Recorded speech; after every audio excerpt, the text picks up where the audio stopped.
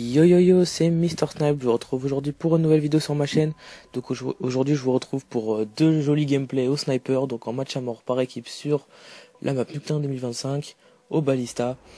Donc les deux gameplays viennent d'Imo Studio parce que voilà, j'ai trouvé qu'ils étaient pas mauvais à regarder. J'étais en train de monter le Ballista en or sur ce compte là, hein, parce que sur un autre compte, sur mon ancien compte principal, j'avais déjà les snipers en diamant.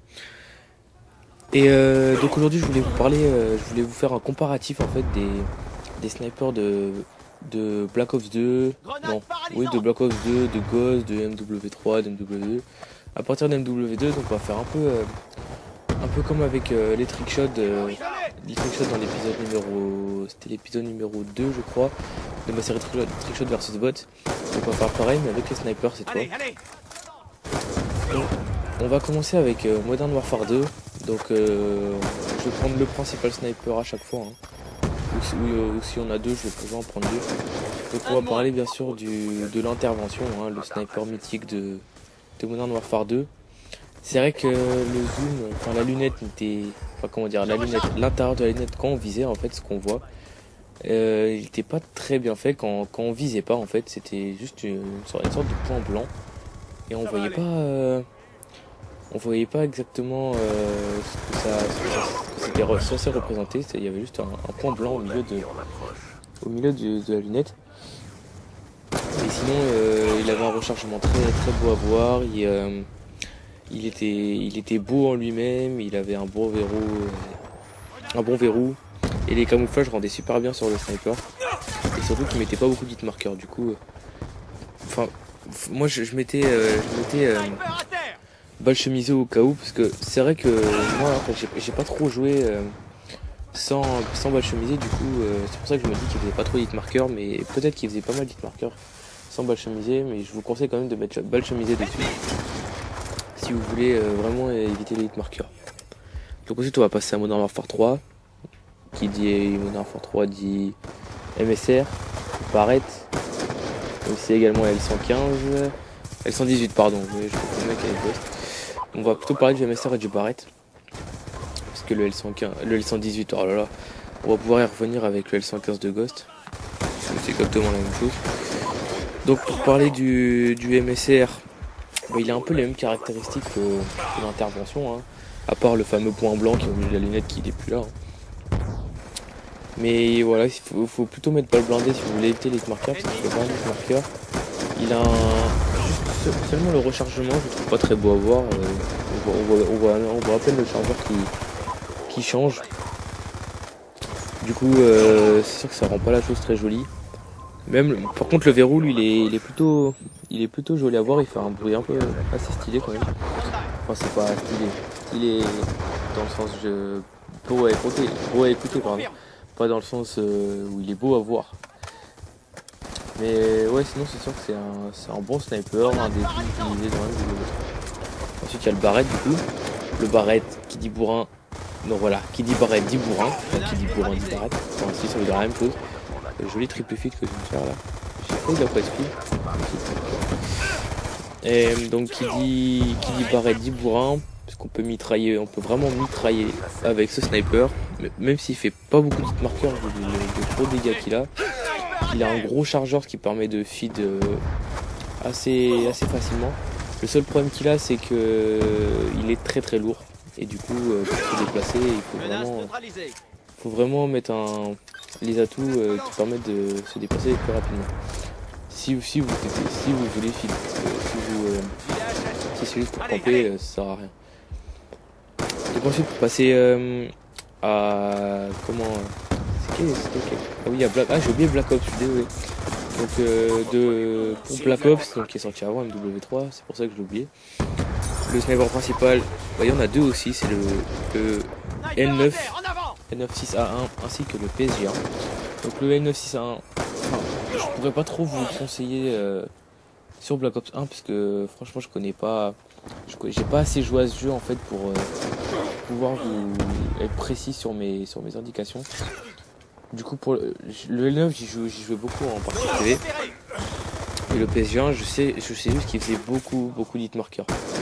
Il fait beaucoup d'hit marqueurs, alors que le L115 en faisait un peu moins, même s'il en fait pas mal, non, il en fait pas mal quand même. Mais voilà, je sais que le L9 est beaucoup plus utilisé quand même que le PSG1, même si les deux sont beaucoup utilisés. Mais donc pour parler du L9, il a un bon rechargement, tout comme le PSG1. Hein. En plus, ce qui est marrant sur le PSG1, oui, c'est que il a comment ça s'appelle déjà? Sur la lunette, il a un petit cache qui, je sais pas si vous voyez, ce qui cache la lunette en fait. Et on le voit pendouiller à côté de la lunette, c'est ça que je trouve assez marrant. Ça rend la chose jolie, un petit truc qui pendouille comme ça. Alors que franchement, je crois que c'est un des seuls snipers dans Call of que j'ai vu comme ça. Donc là, vous pouvez voir que sur ce gameplay, j'ai le baliste en or. Donc c'est sur la partie d'avant que j'ai réussi à finir mes sanguinaires. Et vous avez pu voir dans la partie d'avant qu'au tout début de la partie, j'ai beaucoup temporisé. Parce que voilà, j'avais pas envie de refaire un gameplay juste pour un sanguinaire, parce que j'avais l'intention d'arrêter de jouer en plus.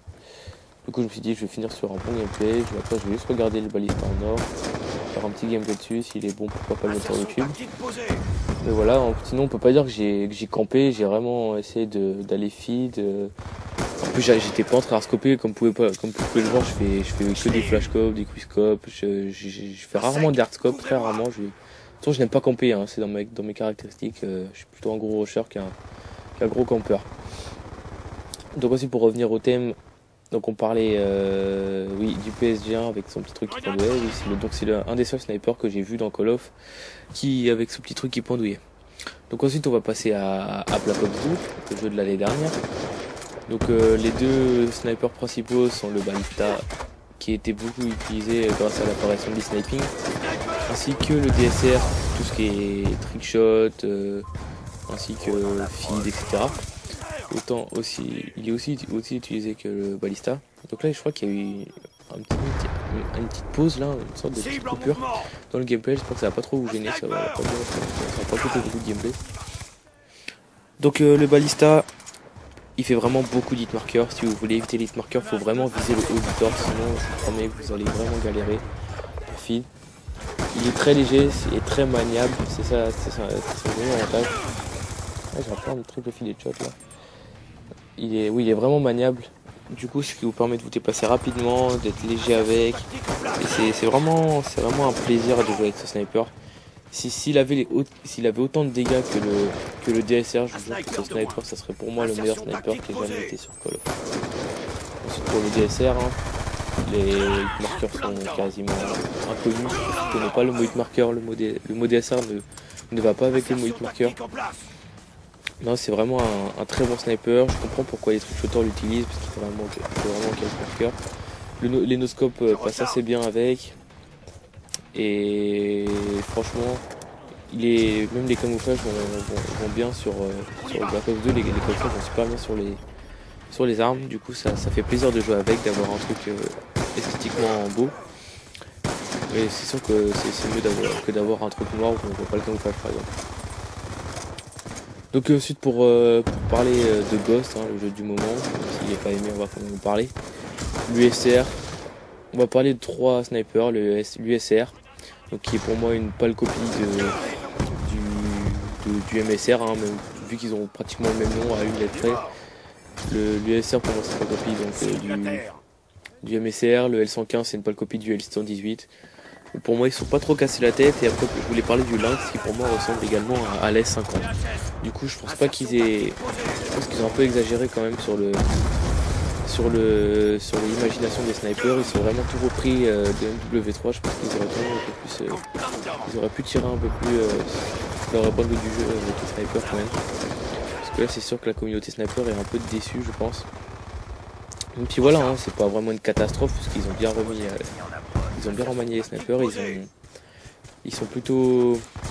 Ils sont tous légers, hein, je comprends pas, à moins que ce soit moi, parce que vraiment dans ce jeu j'arrive pas à ressentir le poids des armes.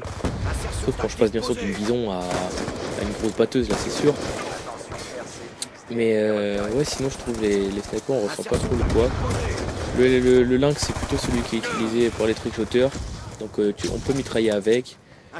Le SR c'est plus pour feed et le L115 il est plutôt utilisé en compétition pour tout ce qui est pro, comment on dit, pro compétition pro, DS, etc. et Sarto. Et ouais, sinon c'est sûr que c'est un des meilleurs snipers, même si la cadence de tir est, enfin le verrou. Le truc c'est que quand on tire et qu'on descope, on peut pas rescope tout de suite en fait. C'est ça le truc. C'est quand on rescope en fait, le sniper a pas fini de se dérouiller, ça c'est le seul inconvénient sur le S115, même s'il fait vraiment pas beaucoup de marqueurs.